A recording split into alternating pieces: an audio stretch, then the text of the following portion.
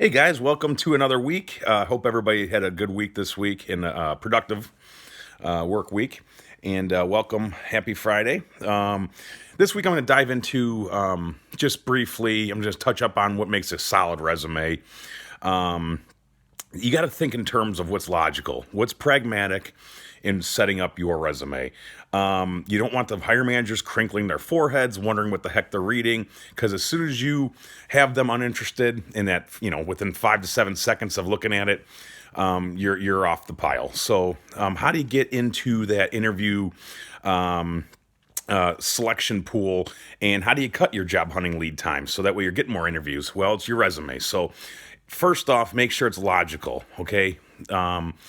What is going to be the most logical way of communicating to a stranger why you are a best fit for that type of job that person they're holding, and that has opened. So, how do you do that? First, if you're setting it up, make sure that it's a logical format. Okay, make sure it's something where you're communicating your messaging in a manner that gets them excited as they continue reading, so that way they don't miss anything. I always say what's best bet is start off with a solid summary. After you have your contact information, have a solid summary. After the summary, in which the summary you can have that in various ways. I always like the three-prong approach to a summary. One, introducing them as to what you are, who you are in terms of your profession.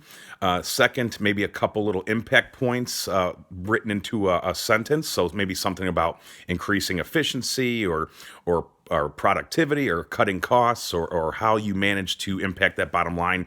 And the third one is semi-objective. So it's maybe saying something like, you're results-focused team player, seeking to leverage background into an operations management type role.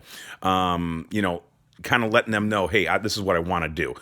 You can spread in some soft skills. It's the only spot on the resume that you can spread in soft skills. So if you're personable, maybe you're ethical, maybe you're honest, loyal. A lot of times people have all the above. So pick out the best soft skills that make you unique and try to implement those into that summary. After the summary, you want to use some buzzwords and a little core competencies type section. These are just flat out words that are going to get you picked up in those applicant tracking systems that recruiters use. A lot of times they will use these words as their search strings to find you and identify you over a candidate that might be in a whole different field. So best bet, look on LinkedIn under the endorsements section of various profiles of folks that may be doing the job that you're doing. And, see if there's any buzzwords on there under their endorsements that you are applicable for yourself and your resume. Also look at the job descriptions that you're applying to. A lot of buzzwords are going to ring throughout those. So get as many as you can without being overwhelmed. Maybe 8 to 12, maybe even up to maybe 15. Fill out those core competencies.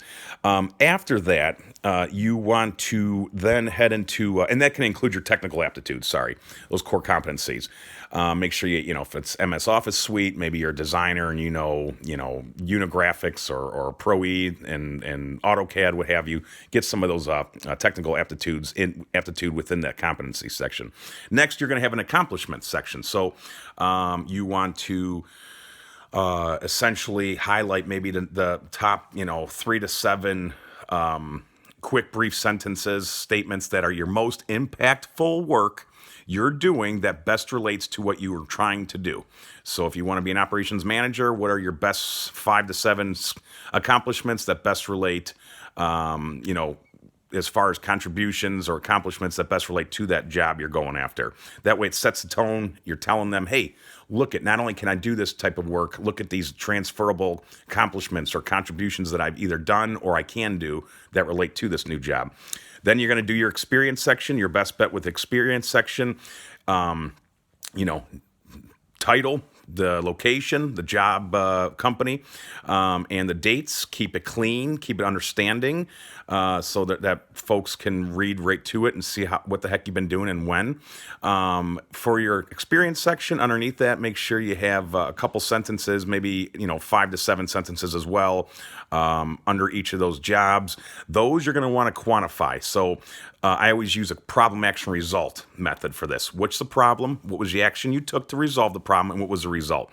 always start off with a solid action verb, and those sentences will shine then. If you kind of stick to that formula, don't make it task-based. Make it accomplishments, bottom line driven. How do you help the bottom line?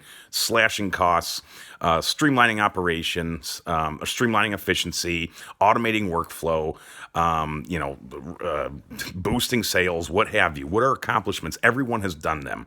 So you just got to figure out how can you tie it in. If you're a tow motor driver at a warehouse, maybe you were able to meet every single on-time deliverable through careful logistics that you were able to support. Through warehousing operations that you kind of maintained, and you were able to, improve customer service satisfaction rates. I mean, everyone has an impact everywhere. So figure out what you're doing to that bottom line. Even if it's only a few things under each job, that's fine.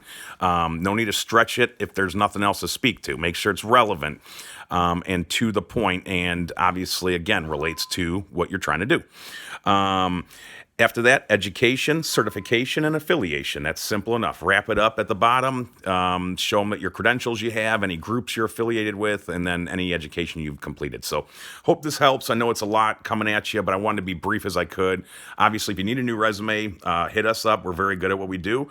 Over 8,000 resumes since 2013. So I got a knack for what we're trying to do now to help position you for job hunting success and interviewing volume, trying to boost that up. So, hey, I'll see you next week. Thanks again for tuning in.